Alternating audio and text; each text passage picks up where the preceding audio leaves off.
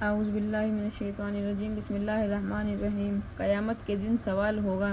حدیث پاک میں آتا ہے، میں تم سے ہر ایک رائی ہے اور ہر ایک رائی سے اس کی رعیت کے بارے میں پوچھا جائے گا۔ تو خاوند سے بیوی بچوں کے بارے میں پوچھا جائے گا اور بیوی سے بچوں کے بارے میں پوچھا جائے گا، ہر ایک سے اس کی ماتحتوں کے بارے میں پوچھا جائے گا۔ تو کل ان مردوں کو جب جواب دینا پڑے گا کہ تمہاری عورتوں کو تو پاکی اور ناپاکی کے مسائل کا پتہ نہیں تھا، ان کو تو فرائض و واجبات کا بھی صحیح پتہ نہیں تھا، نماز کے مسائل کا پتہ نہیں تھا، اور وہ عبادت میں کوتاہیاں کرتی تھی۔ بتاؤ تم نے ان کو دین کی تعلیم کیوں نہیں دلوائی؟ معلوم نہیں کیا جواب اللہ کے سامنے پیش کر پائیں گے، یا پھر اس وقت اللہ کی عبادت کا سبب بنے گا۔ اس لیے ضروری ہے ہر گھر کی عورتوں کو محبت و پیار کے ساتھ دین کی تعلیم کی طرف مائل کریں۔ اگر ان کے اپنے دل نہیں بھی چاہتے، یہ عورتوں کی فطرت ہے، پیار سے اگر منوا لو تو پہاڑ بھی چھلانگ لگا جائیں گی، اور اگر غصے سے بات کرو تو قدم بھی نہیں اٹھائیں گی۔ پیار سے زیادہ بہتر چیز ان کے لیے اور کچھ بھی نہیں، اور یہی چیز حدیث پاک میں سے بھی ملتی ہے۔ معزز و ایماندار کون؟ نبی صلی اللہ علیہ وسلم نے فرمایا، عورتوں کے ساتھ لطف و مروت سے پیش آؤ۔ تم میں سے بہترین معزز ایمان والا وہ ہے جو تم میں سے اچھے اخلاق والا ہے اور اپنے اہل خانے کے ساتھ نرمی کا سلوک کرنے والا ہے۔ تو اگر نرمی کے ساتھ عورتیں بات مان جائیں تو پھر گرمی کی کیا ضرورت ہے؟ بہتر یہ ہے اچھے اخلاق کے ساتھ ان کو محبت و پیار کے ساتھ متوجہ کیا جائے۔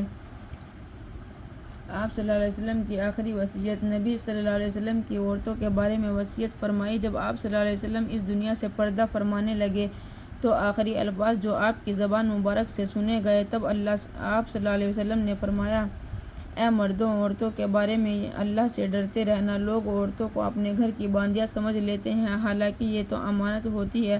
یہ ماں باپ نے آزاد جنی باندیاں نہیں، بلکہ اللہ نے ان کے نکاح کے ذریعے ان کو مردوں کی امانت میں دے دیا ہے۔ تو یہ امانت کا خیال کریں، اس میں خیانت نہ کریں، اس کے دین میں آگے بڑھنے کا ان کے ساتھ تعاون کر کے سبب بنیں۔ اور بعض مرد تو ایسے ہوتے ہیں، وہ عورت کو اپنے ماں باپ سے ملنے کی اجازت نہیں دیتے۔ ہمیں کتنی ایسی عورتوں نے خط لکھے، کئی سال سے روتی پھر رہی ہیں، ان کے ماں باپ بہن بھائی سے ملنے کی اجازت نہیں۔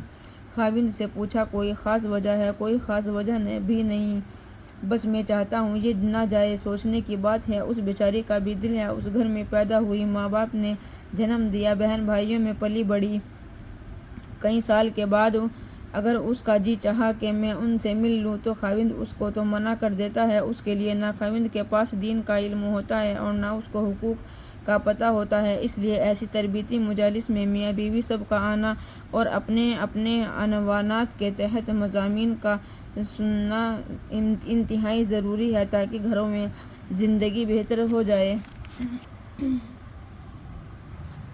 سیرت کے حسن و جمال کو اپنائیں۔ ایک اور بنیادی غلطی جو ہمارے معاشرے میں اس وقت آئی ہوئی ہے، جس کو میں نے بہت دیر غور خوض کے بعد، سوچ بچار کر کے بعد، توجہ الہی اللہ کے بعد پایا، وہ یہ غلطی ہے کہ آج کل کے نوجوان کی نظر میں عورت کا حسن و جمال ہی عورت کی اچھائی کا معیار ہے۔ اس لیے اگر نوجوان اپنی بیوی کا رشتہ ڈھونڈتا ہے تو پہلی بات یہی ہوتی ہے، خوبصورت ہو۔ معلوم نہیں یہ ایسا شوق دلوں میں بیٹھ گیا کہ جس نے پورے معاشرے کی حالت کو بدل کے رکھ دیا ہے، معیار کو بدل کے رکھ دیا ہے۔ یاد رکھنا، عورتوں میں صورت کے حسن و جمال کی بجائے سیرت کے حسن و جمال کو دیکھو تو یہ زیادہ بہتر ہے۔ اس لیے عام طور پر دیکھا جو نوجوان شکل و صورت کو دیکھ کر شادیاں کرتے ہیں، تھوڑے دنوں کے بعد انہی کے گھروں میں جھگڑے ہوتے ہیں، لڑائیاں جھگڑے ہوتے ہیں، اس لیے کہ گھر کی زندگی تو اچھے اخلاق سے گزرتی ہے۔ وہ جس کو حور پری سمجھ کر لائے تھے، وہ ہٹ دھرمی کرتی ہے، ضد کرتی ہے، بات نہیں مانتی، کوپریٹ نہیں کرتی، ان کو پریشانی ہوتی ہے، پھر آ کر پوچھتے ہیں، حضرت بیوی بات نہیں مانتی، بڑا پریشان رہتا ہوں، طلاق دینے کو دل کرتا ہے، اب میں کیا کروں؟ اب بھی تم کیا کرو؟ تمہیں پہلے سوچنا چاہیے تھا۔ شادی کے لیے عورت کا انتخاب۔ نبی صلی اللہ علیہ وسلم نے ارشاد فرمایا، لوگ عورت سے 4 وجہ سے شادی کرتے ہیں، بعد اس کے بڑے خاندان کی وجہ سے، بعد اس کے مال و دولت کی وجہ سے، بعد اس کے حسن و جمال کی وجہ سے، اور بعد اس کی دینداری کی وجہ سے۔ نبی صلی اللہ علیہ وسلم نے محسن انسانیت نے فرمایا دیا تم عورتوں سے ان کے اچھے اخلاق اور دینداری کی وجہ سے نکاح کیا کرو تو نوجوانوں کو چاہیے کہ یہ سب سے پہلے چیز تو اچھے اخلاق دیکھیں، خوبصورتی کو نمبر 2 پر رکھیں۔ ایسا نہ ہو کہ فقط ظاہر کی خوبصورتی کو مقدم کر لیں اور سیرت کو مقدم نہ کریں۔ ایک بات ذہن میں رکھنا، خوبصورت عورت جتنی مرضی ہو، اگر کردار کی بری ہے تو اس کی خوبصورتی کس کام کی؟ اور اگر عورت کی شکل اچھی نہیں مگر باوفا ہے، خادمہ ہے، جانثار کرنے والی ہے، بیوی ہے، ہر وقت خاوند کی خدمت میں لگی رہتی ہے، اس سے بہتر زندگی کا ساتھی کوئی نہیں ہو سکتا۔ اس لیے عورت جو زندگی کی شریک حیات ہے، حسن کی کسوٹی پہ تولنے کی بجائے نوجوانوں کو چاہیے کہ وہ سیرت کی کسوٹی پہ تولیں، اچھے اخلاق کی کسوٹی پہ تولیں، ان کو دینداری کی کسوٹی پہ تولیں۔ دنیا میں فتنوں کی وجوہات، دنیا میں جتنے بھی فتنے عورت کے اوپر آتے ہیں وہ اس کے ظاہری حسن کی وجہ سے آتے ہیں۔ یہ ظاہری حسن انسان کے لیے امتحانوں کا سبب بن جاتا ہے، اس لیے جو حسن و جمال کو زیادہ دیکھتے ہیں انہی کے گھروں میں پریشانیاں بھی زیادہ ہوتی ہیں۔ قرآن مجید میں آپ نے پڑھا ہوگا، حضرت یوسف علیہ السلام کو اللہ رب العزت نے حسن و جمال ایسا دیا تھا جس کی کوئی مثال نہیں، بلکہ حدیث پاک میں فرمایا